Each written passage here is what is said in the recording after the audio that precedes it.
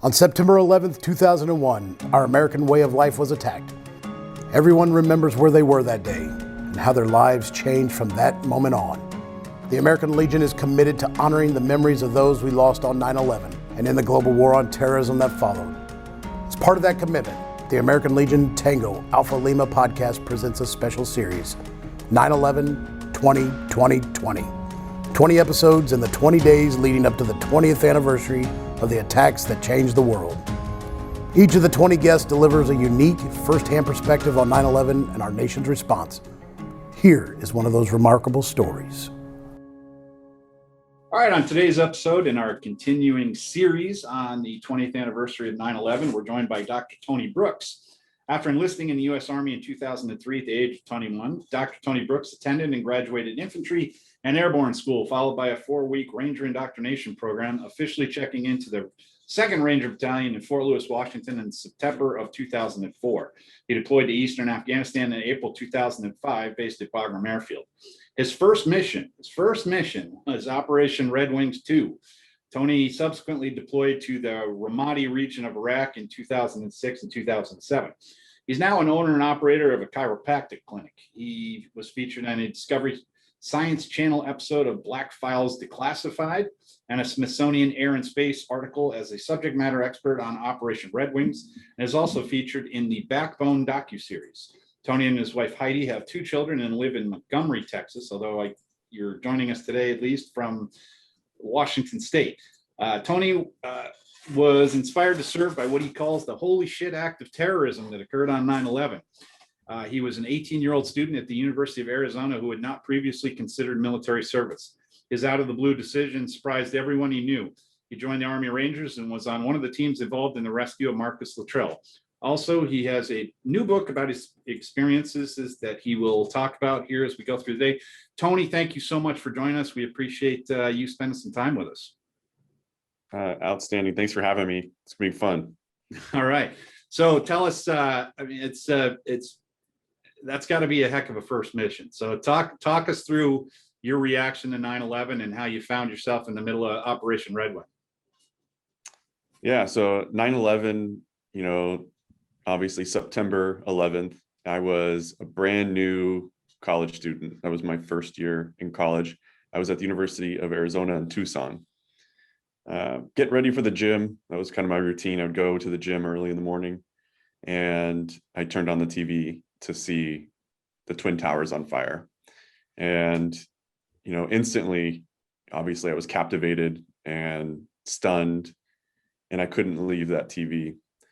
And it changed everything really at that moment. I didn't really care about anything else at the moment. I didn't care about going to class. I didn't care about going to the gym. It felt like we were under attack. And that's my instant gut feeling, was that, oh my gosh, I'm witnessing World War III, possibly. And then there was I think everyone's heard of the Falling Man. The Falling Man was, I guess it turns out he was a cook, but he jumped from the tower when his floor was completely engulfed in flames. And the television accidentally caught it, and they didn't realize what it was at first. They thought it was a piece of debris, and then they quickly zoomed away. I think that was the moment that really, really changed it for me. I thought to myself, if this guy, his best option was to leap from this building, there's something really wrong here. And, within probably hours, I was calling my dad, telling him, I think I'm going to leave college. I think I'm going to go join the military. And my dad, being the guy that he is, he's obviously my dad, very analytical. And he said, wait. You're in college, you're doing a great job, which I wasn't, but he didn't know that yet. And he said, why don't you wait till your first year is complete and then join the military? And I hemmed and hawed, as a typical 19-year-old, 18-year-old will do. And told him, okay, I'll do that. I'll wait the year and join the military. Well, obviously, we all know how that played out. We went to war in Afghanistan. An awesome movie came out months later. I think it was 1 month actually, was Black Hawk Down. And when Black Hawk Down came out, I was one of the first ones in the theater to watch it. And that really inspired me to want to be not only in the military, but a U.S. Army Ranger. And then we had quickly follow on to that. You had Pat Tillman becoming an Army Ranger. So I pretty much had my path set at that point. And that's how I ended up, joining the military, kind of against my parents' wishes. They didn't really encourage me not to do it, but you could tell that they were very hesitant when I told them. Yeah, my parents were the same way. When I chose a military college, they were flummoxed, but so it goes. So when you went in a direct Ranger contract? I did. I'm a pretty stubborn guy. So I went into the recruiter and I said, this is what I want. And if I don't get it, I'm not going. And that wasn't really the truth, but I played the hard game, right? And it took a little bit to get that contract, and he had to make some calls over to Special Operations Command, and they don't really release a lot of those contracts. So finally I did get it, but I had to wait. It was a waiting period of like almost 8 months before I could actually go to basic training. So, I was exactly on it was called the Option 40 contract. Yeah. And so then, so you get to the unit, and then you were with the 2nd Battalion for like a year? Yeah, I got there in September and we deployed actually in April. Oh, okay. So, the training cycles at the 75th Ranger Regiment are very intense. They know they're deploying regularly, so they have a very strict training schedule, and it's very, very, very busy. And I got a full cycle of training, actually. Yeah. And we were talking before we came on, and you've got the picture of the birds in the background there. And you guys' bird was the one to the right. Mine was the one to the left. You were the Special Ops QRF, and I was on the other one. But as we had talked, you guys didn't even have any maps when you went. So tell us about what you knew, when you knew it, and where you ended up. Yeah. So when we went out for Operation Red Wings, we were spun up relatively quickly. When you lose a helicopter in Afghanistan, pretty much all hands go on deck. Yep. And at the time, all we had for intel was satellite imagery. And satellite imagery is great for a lot of things, but it's not great at telling you what the terrain looks like. And that was kind of our oh shit moment, where when we hit the ground, we realized we knew it was going to be bad terrain, but we didn't know it was going to be this bad. And it took us almost 24 hours to finally get onto that mountain due to weather and other logistical Army things. Yeah. So tell us a little bit about what you guys went through with Red Wings. How long were you out there looking for Marcus? We were on Operation Red Wings for a total of a week, and we got there the day after Turbine 33 had crashed, and recovered the entire helicopter and all of the occupants. And then that's the first time I heard that there could be someone alive. So it was days into the mission before we even knew someone might be alive. After we recovered the helicopter, we fully expected that we were only on a recovery mission, not an actual rescue. So when we got that call that a villager had gone onto a base and said they have an American, we started moving a lot faster at that point. Everyone on the ground was basically at a running pace everywhere we were going. The craziest patrol you've ever been on, because you can't safely move as fast as we were moving. But we did it because we knew that every single second mattered. Yeah. So, and how did it kind of wrap up for you guys? When did they pull you out? Before they found Marcus? After they found Marcus? Yeah, it was actually days after Marcus had been extracted from Salarban, which is the little town he was found in. But once he was extracted, we were still looking for his recon team. So we were running around the mountain still trying to find, his 3 other members of his recon team. And it was days later that we found them. It was about 6 or 7 days after that, that the very last man was found on the mountain. So it was almost 2 full weeks of searching Wow. for everybody. Yeah, and I didn't go there, so but I know from the maps it didn't look like particularly good terrain to be humping around in. No, I mean, I've gone through terrain in my days. I mean, we always joke about Army Ranger School and mountain phase, how tough that is. Well, that was nothing compared to this. I mean, you get up in those mountains, you know, you're at 9,000 feet. Right. And you're carrying 50 to 100 pounds of gear, and you're expecting to be ambushed at any moment. So it's a different feeling when you're up there that high with that much gear and that much unknown. Yeah. All right, Ashley, you are up.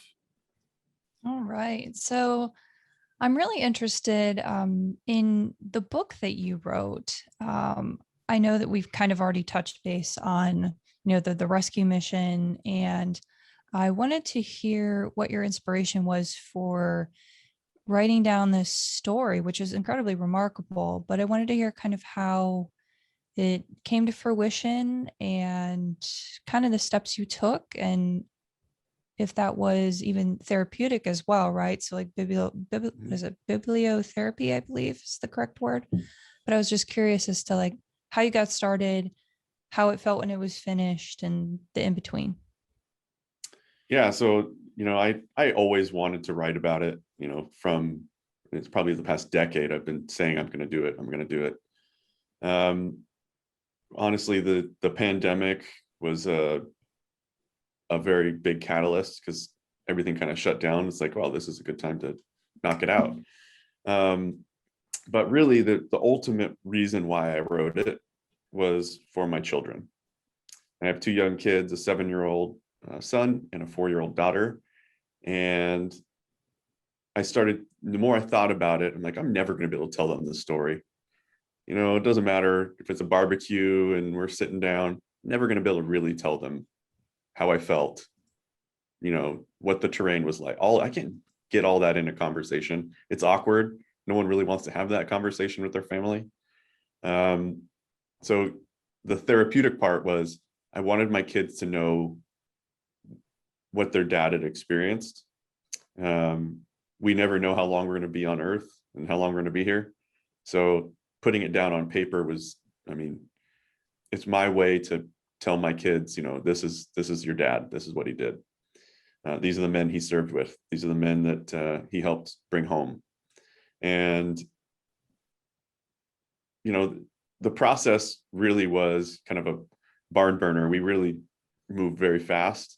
I worked with Bob Welch, who is a very seasoned author, an amazing journalist, and he really, really helped me pull the story out of me. When you're writing a book and you're putting this stuff on paper, it's never what you envisioned when you finish. I tried to write this book without talking about myself at all. And Bob said, you know what, this is not working. You got to let the audience know who's writing. Everyone wants to know who's writing the book. So I had to bring in stuff about myself, and that's not easy thing to do, to talk about your flaws and your weaknesses, and put it on paper for everyone to see. So everyone knows about my life now. But it was a fun process. You learn about yourself. It's very therapeutic. I think veterans that are watching this, whether you write a book or not, doesn't matter. But putting your thoughts and your feelings and what you experienced on paper, very therapeutic. And to be perfectly honest, I think most people want to hear these stories. They don't want to hear necessarily just the fighting stories. They want to hear what goes on in the war zone. Well, thank you for sharing. And I do appreciate that. As someone who is an avid reader and storyteller, I enjoy when other folks can find solace in putting, all of those things that go on in our brains onto paper, and then having something as a form of legacy as well, not only for your children, but could inevitably become a survival or a page out of your book to someone else's survival guide in a way. So I think that's Absolutely. very, very poignant. Thank you. All right, Jeff, you are up. Okay, I am a Marine. I don't do a lot of reading. We'll leave that to Ashley and Mark. And I am in Hollywood, so I did see that you are telling the story in various mediums.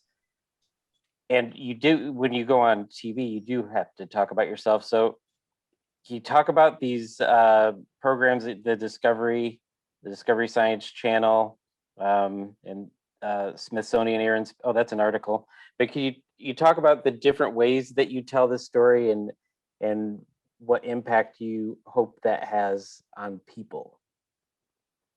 Yeah, I mean, I think for me, I'm considered a writer. I never thought of myself as a writer, by the way, but I think putting it on paper is really, for me, the best way, because you can put more details. You know, I've done TV shows, I've done a documentary, and you really have to, they cut you up too much to where you can't really explain things. Where in a book, you have endless amount of pages to just keep going and explaining, and the smells, the sounds, you know. So I prefer in writing. I love the cinematic movie as much as anybody else, but I think the book is where you really learn all the angles of a story. Okay, so when you were writing the book, because a lot of what I love to hear from these stories is the catalyst for everything. And I don't know if you captured that 18-year-old kid's thoughts and actions, and are those things in the book? Absolutely, yeah. So I talk about at the beginning of the book about how angry I was at 9/11, and how school was just, I was just going through the motions. I didn't care. There was no passion there. I would party, and then I'd show up to class, and you know, I was a great student. I was a student most of my life. Well, I got C's and D's that first year because I didn't care. There was nothing that excited me at school, especially when I knew a war was going on. So I did capture that, and I tried to kind of put that across, that, you know, even the best students, which I was at the time, have horrible moments. So if there's a student out there or a veteran who's struggling with school, they probably just haven't found their passion yet. And it's okay. It gets better. Right. So your passion certainly took you on a journey that most will never experience except through your book. So I'm gonna probably have to end up reading it. Which happens with these guests is your stories are they're too important to not consume in some way. So so thank you for that, and thank that 18-year-old kid for stepping up, because not that many can walk away from college, that lifestyle, and then go into the military, which is a completely different lifestyle.